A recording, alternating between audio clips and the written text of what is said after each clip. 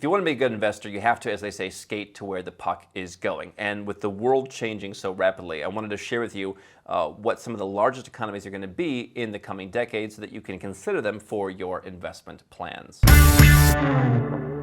So none of this is financial advice, but I do think, especially if you're young, you want to understand not the countries that have been successful historically, because no doubt the United States has been successful historically. Am I saying the U.S. is going to fall apart? Absolutely not. I'm sure it will continue to be a place where many people invest, but I also think that if you want to make larger amounts of money, if you want to be part of the rapidly changing world that we live in, you want to consider places that really aren't on anyone's radar right now. And so I want to walk you through a list of some of the biggest economies going back to 2006 and where they're going to be in 2036. And you'll make of it what you'd like to. If it's your first time here, I'm Andrew Henderson. I'm the founder of Nomad. We're a boutique consulting firm that helps 7- and 8-figure entrepreneurs and investors legally go where you're treated best. That includes not only lowering your taxes and increasing your freedom, but knowing where your money is going and not putting it simply by default into legacy brand countries that tax it more highly and offer slower growth than some of the countries we're going to talk about today. And so if you look at this chart, I love this website, Visual Capitalist, by the way. They've got a ton of good stuff on there. And so they are looking at this in terms of projected GDP. The global economic shift as the world economy continues to grow and is expected to soar past $100 trillion this year. By 2035, the world's GDP will double, and China will likely become the world's largest economy by this metric in 2030. And so, according to this, let's look at this list here. 2006, you have the U.S. number 1. Japan is number 2. Now, just look at right away in the first 5 years of this, from 2006 to 2011. Japan's economy grew from 4.6 trillion to 6.2 trillion. So that is, I went to public school, about a 40% gain. And yet, that was good for only the third largest economy just 5 years later. Now, that economy took a hit down to 5 trillion and 5.1 and then kind of came back to where it is. And look at where Japan is going to go over time. They're just going to kind of slowly drop from second down to third, down to fifth, as largely due to demographic issues and other financial issues. Look at Germany. Again, drops down from third to fourth. And who's the benefactor of that? China. It goes from fourth to second, and then they kind of hum along. Look at that, from 2.8 trillion to 24.9 trillion in 20 years. So basically a 9-fold increase in the Chinese economy. Say what you want, that's pretty substantial. And it shows you, in 1980s, everyone thought Japan was taking over the world, right? People thought, oh, Germany, what the great mover and shaker of Europe, right? And it's being dwarfed just right away, for example, by China. The UK is going to have lesser moves, basically waffling between 5th and 6th. France is basically doing the same between 6th, 5th, and 7th. Italy is going to see dramatic declines over the course of 30 years. Imagine, so from 2 trillion to 30 years later, 3.4 trillion. From 7th to 13th, your economy grows 70% in a whole 30 years. China will, in that time, grow 20-fold. And so if you're saying, hey, I only invest in Western countries, Italy seems romantic, that's where I'm going to invest. All right, well, enjoy your 70% growth in 30 years while China grows 20-fold. So Italy's there. Imagine a world, by the way the world's going, where countries like Italy and Spain are going to even matter at all in the economic conversation. How are these countries even on the list? They're there because they have population. They're there because they're legacy brands. They're there because they've benefited, I suppose, from being in Europe. That's not going to matter anymore, right? So Canada's going to drop, again, from 8th to 11th. Spain, they're just going to totally fall out of bed, down to bottom on the list, right? I don't know. They're going to double the economy in the course of 30 years. And so who are the gainers? You can see countries like Brazil, Russia, Mexico's going to drop a little bit in the equation because they're not fast enough growing. So you're going to see the Brazils, the Russias, the South Koreas are going to be relatively flat. South Korea is still tripling its economy in the course of 30 years. But you're seeing there's some countries that are flat.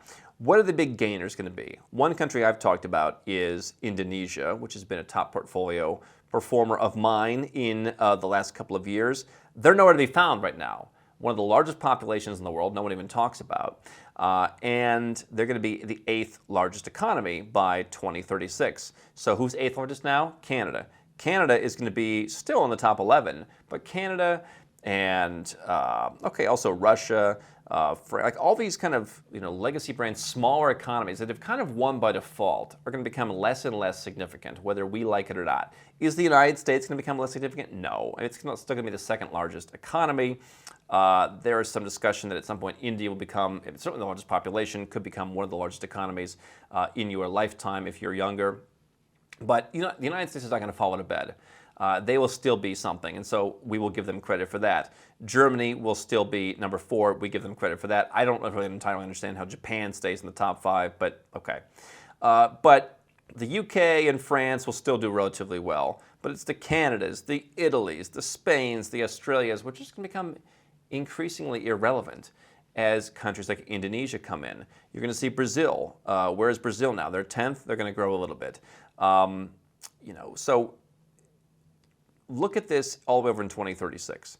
You have China 20-fold. The U.S. will basically triple. So in the time that China grows 20-fold, the U.S. triples. Certainly the U.S. tripling matches what you'll see in, again, some of these European countries, and it beats what you'll see in a few other countries. But tripling compared to India, where's India on the list right now? In 2006, India is the 14th largest economy, not even a $1 trillion economy, going to an $11 trillion economy. So not as big of a growth as China, but a 12-fold growth in about 30 years. Good for now the world's 3rd largest economy in 2036, what they're projecting. And so imagine a world where it was US, Japan, and Germany, right? And the UK and France, they were all there. That's a very comfortable, Western-focused economic picture because Japan is part of the international community, they say. Japan very much gets along with the West in many ways. And so that picture is going to change. You've got China and you've got India. How is your country going to adapt? How is your currency going to adapt? How is everything going to adapt? How is your country going to adapt to the fact that a lot of businesses are going to be going and operating in these countries? Now, these are not particularly tax-friendly countries, but for large businesses, they're going to be pivoting to being in these places. How is the U.S. and places like that going to adapt when people get lower-cost labor in these places? Is the U.S. going to continue to beat their chest and say, there's nowhere else to go, as Gavin Newsom says? What are you going to do? Are they going to do what Australia is doing and saying, let's get rid of 7/8 of the entrepreneurs who want to come from other countries and bring their business here? Yeah, what's that doing for Australia? They're projected, their economy, it's like nothing's really happening with it. I guess they'll go from 15th to 14th, and their economy will about quadruple. But they're not keeping up with these countries. Australia wants to get rid of 7/8 of the entrepreneurs they want to bring in. How is that going to work out for these countries when China, India, Indonesia, these places are all growing? You will see other entrants here. Oh, they just have a lot of people. That's what they're... Who cares? The economic sphere of influence is going to shift. And so, number one, if you have a Western passport from a country that gets in fights with people, you're going to see more of these countries getting along and be like, hey, we don't want Americans. We don't want this. Right now, it's we don't want Russians. That's a dangerous trend, in my opinion, because as you see more economic influence from these countries that aren't the kind of countries that you may feel as familiar with or as comfortable with, who knows what the restrictions could be, right? Today, Caribbean countries and Malta and all the citizenship programs don't want Russians. What happens when you don't have as many options because your country's out of vogue? The same way, Turkey, certainly with all of its problems, has been an economy that is becoming more of a manufacturing economy. They are, doing a lot more export. They are, despite high inflation, all the problems they have, they're doing some things. They have done some things to really grow the economy. And so when it's the Turkeys and the Chinas and the Indians and the Indonesias that are the places that people are investing and that economies are growing, what's that going to mean for the fact that Turkey and the U.S. had a spat? You couldn't even go there. Will you be able to run your business? Will your nationality be in vogue? This is one reason why I've said you want to have a no-name second passport. If you're American, if you're British, go down to the Caribbean, become St. Lucian, become Grenadian, become Dominican. Why? That could be a better identity in some cases. And I think in some cases could be today, depending on where you're traveling and where you're doing business. But it certainly could be in this 2036 scenario. It certainly could be for your kids as well when they're doing business and when they're working. They're going to want more opportunities.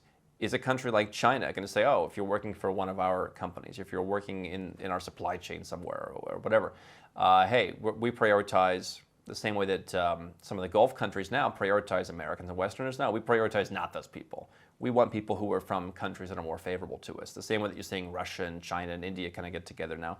And so it's an interesting question of what will happen in the world. What will your citizenship identity matter? What will your money matter? So where do you want your money invested? Perhaps it's worth looking at some of these countries that are growing a lot faster than yours and having a piece of that, as there will certainly be money to be made. If you're young, maybe you want to go to some of these places and look at investing, but okay, these are more places, I think, to passively invest than to go and start a business. But certainly where you invested. Where's your citizenship and what role is that going to play in a future that is less Western focused? Where's it you live? Maybe living in some place that is maybe you don't want to live in India or live in Indonesia. Maybe you want to live in a place like Malaysia, where not only can you reduce your tax, but you can watch some of these markets and some of the exposure that it has to these markets, and you can watch the progression of the world. Could be a good thing for your kids, could give you new investment ideas. But the point is, there is going to be a dramatic change in the world. I'm not saying the US or the UK are absolutely going away, but I'm saying I would want to have insurance against a world that is less focused on only Western economies. That's citizenship for one. That's my investment portfolio for another. Certainly, banking, there will be new opportunities to be taken advantage of.